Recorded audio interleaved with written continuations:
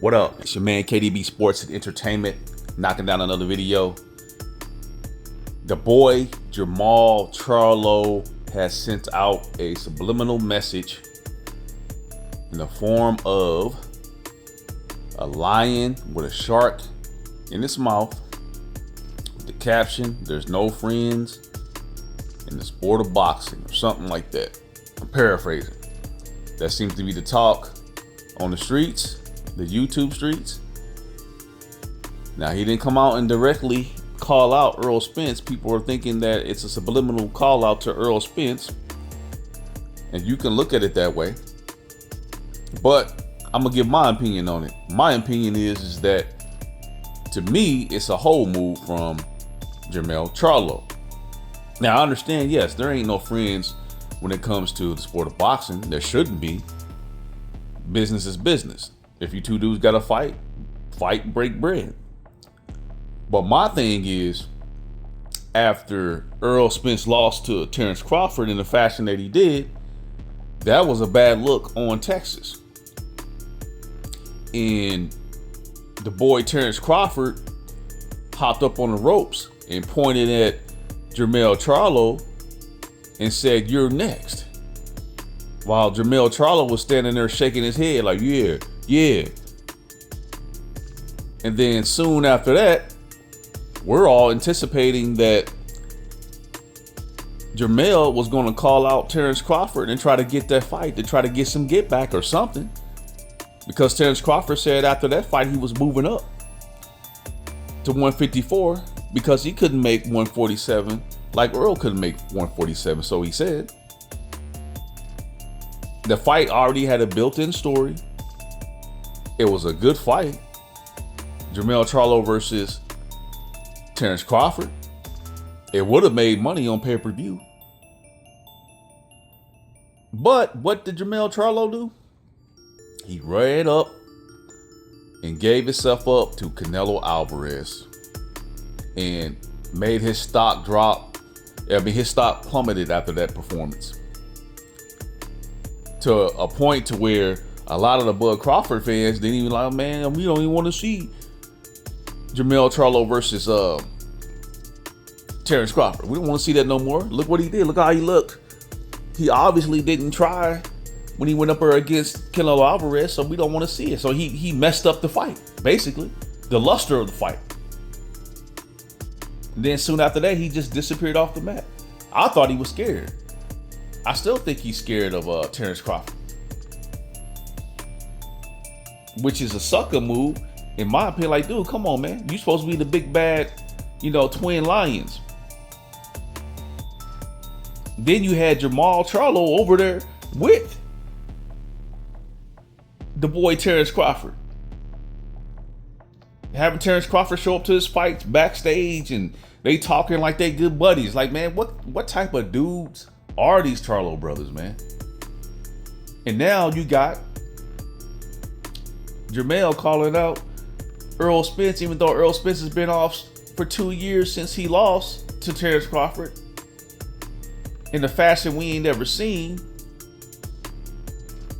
to make me believe that he's having some health issues since he didn't come directly back. And at least fight, a stay busy fight. That's what everybody's assuming, that, most likely his career is over. Which is sad, but I mean, it is what it is. You out there, you living the fast life, you drinking and driving, that happens.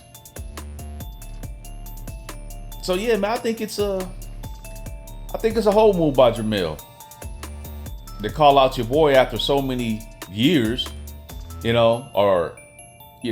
we assumed that y'all were friends. Y'all was in the same, camp. Y'all was over there with, the boy Derrick James.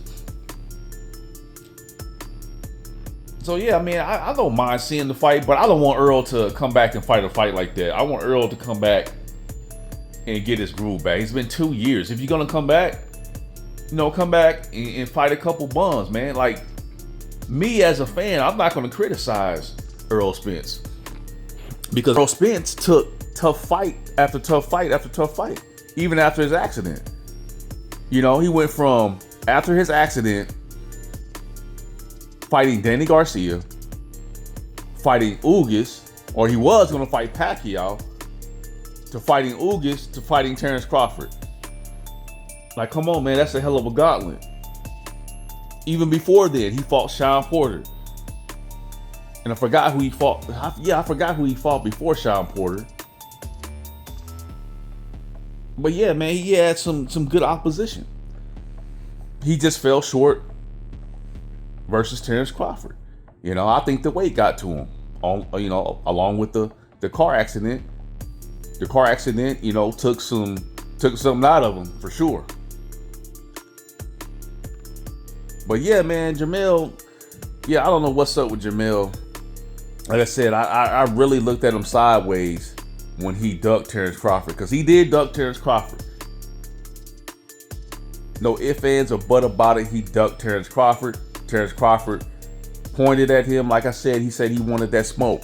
I want the smoke with you. And you ran up and fought Canelo Alvarez in a lackluster performance. Didn't even try. Horrible, man. But yeah, that's all I got to say about that, man. Jermell Charlo is a hoe. If somehow this fight happens between him and Spence, I will be rooting for Spence. I don't think he's ever going to even attempt to try to fight Terence Crawford. Because this is what I believe. I don't know. A lot of people say that Terence Crawford is going to retire if he beats Canelo. I don't think so, man. I don't think so. I think he will go back down to 154 to try to, get some titles down there and then call it a day.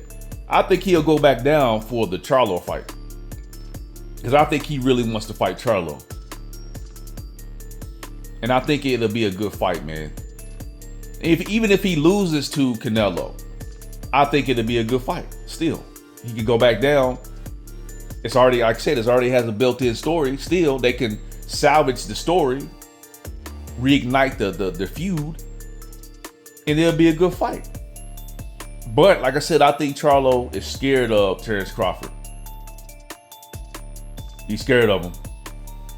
And it is what it is, man. That's all I got to say on this. But anyways, man, KDB Sports and Entertainment, and I will catch y'all on the next one. Peace.